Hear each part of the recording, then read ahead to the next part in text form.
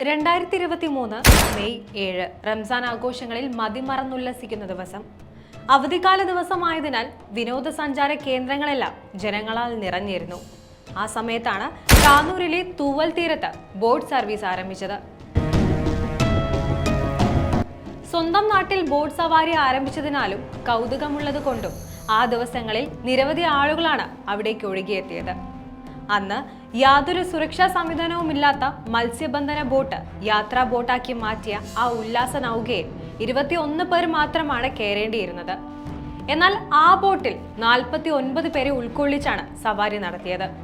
അന്നത്തെ ആഘോഷരാവിൽ ഉല്ലാസ സവാരിക്കെത്തിയ അവർക്കറിയില്ലായിരുന്നു അത് അവരുടെ അവസാന ദിവസമായിരുന്നെന്ന്. മനുഷ്യരുടെ അനാസ്ഥ കാരണം 22 പേരുടെ ജീവനെടുത്ത താനൂർ ബോട്ട് ദുരന്തത്തിന് ഇന്ന് ഒരാണ്ട് തികയുകയാണ്.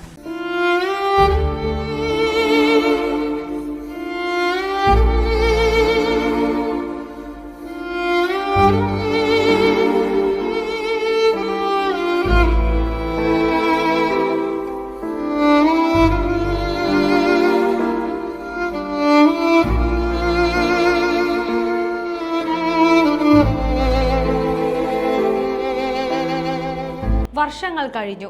ഇതുവരെയും അന്ന് മരിച്ചവരുടെയും പരിക്കേറ്റവരുടെയും കുടുംബങ്ങൾക്ക് അർഹമായ സർക്കാർ സഹായങ്ങളും തുടർ ചികിത്സാ ഫണ്ടും ഇതുവരെ ലഭിച്ചിട്ടില്ല. എന്നാൽ 22 പേരുടെ ജീവനെടുത്ത കുറ്റവാളികൾ ഇന്ന് ജാമ്യത്തിലാണ്. അപകടം നടന്ന 90 ദിവസത്തിനുള്ളിൽ തന്നെ കുറ്റപത്രം സമർപ്പിച്ചെങ്കിലും ജുഡീഷ്യൽ കമ്മീഷൻ ഇതുവരെ 2 തവണയാണ് സിറ്റിംഗ് നടത്തിയത്.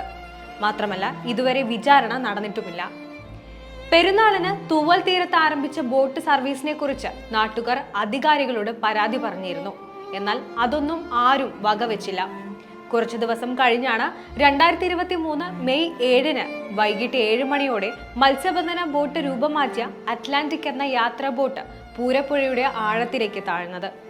അന്ന് ബോട്ടിലുണ്ടായിരുന്ന 49 പേരിൽ കുറച്ചു പേർ നീന്തി രക്ഷപ്പെട്ടെങ്കിലും രാത്രി സമയമായതിനാൽ വെളിച്ചക്കുറവ് കൊണ്ടും ചെളിയും മൂലം ഭൂരിഭാഗം പേരെയും രക്ഷിക്കാനായില്ല.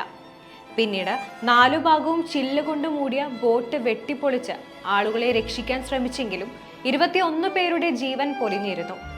മരിച്ചവരിൽ 15 പേർ കുട്ടികളും.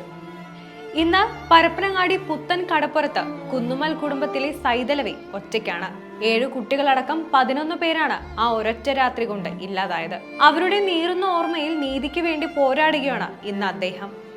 അപകടം നടന്ന കുറച്ച് ദിവസത്തിനുള്ളിൽ തന്നെ ബോട്ടുടമ നാസർ, ശ്രാങ്ക് ദിനേശൻ എന്നിവരെ അറസ്റ്റ് ചെയ്ത് കൊലക്കുറ്റത്തിന് കേസെടുക്കുകയും ഇവരുടെ സഹായികളായ 8 പേരെയും പോലീസ് അറസ്റ്റ് ചെയ്തിരുന്നു. കൂടാതെ രൂപമാറ്റം വരുത്തിയ ബോട്ട് സവാരിക്കായി ഇവർക്ക് ഒത്താശ ചെയ്തു കൊടുത്ത 2 പോർട്ട് ഉദ്യോഗസ്ഥർക്കെതിരെ കൊലക്കുറ്റത്തിന് കേസെടുത്തു. എന്നാൽ ഇന്ന് ആ പ്രതികൾ പുറത്ത് ഉല്ലസിച്ച് നടക്കുകയാണ്. പ്രതികളെ അഴിക്കുള്ളിലാക്കാൻ ആർക്കും സാധിക്കുന്നില്ല. ഇതിനെതിരെ പ്രതികരിക്കാതെ സർക്കാരും അധികൃതരും.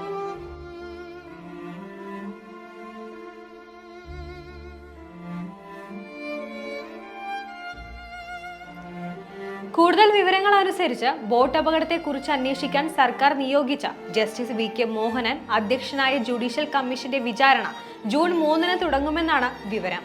വിചാരണ അവസാനിച്ചാൽ മാത്രമേ തെളിവെടുക്കൽ പ്രക്രിയയിലേക്ക് കടക്കാൻ സാധിക്കൂ. അതുവരെ തുടർ ചികിത്സയും നഷ്ടപരിഹാരവും പൂർണ്ണമാകാതെ താനൂർ ബോട്ട് അപകട ദുരന്തം ആരും തുറക്കാത്ത കുറ്റപത്രമായി തന്നെ തുടരും എന്നതിൽ സംശയമില്ല.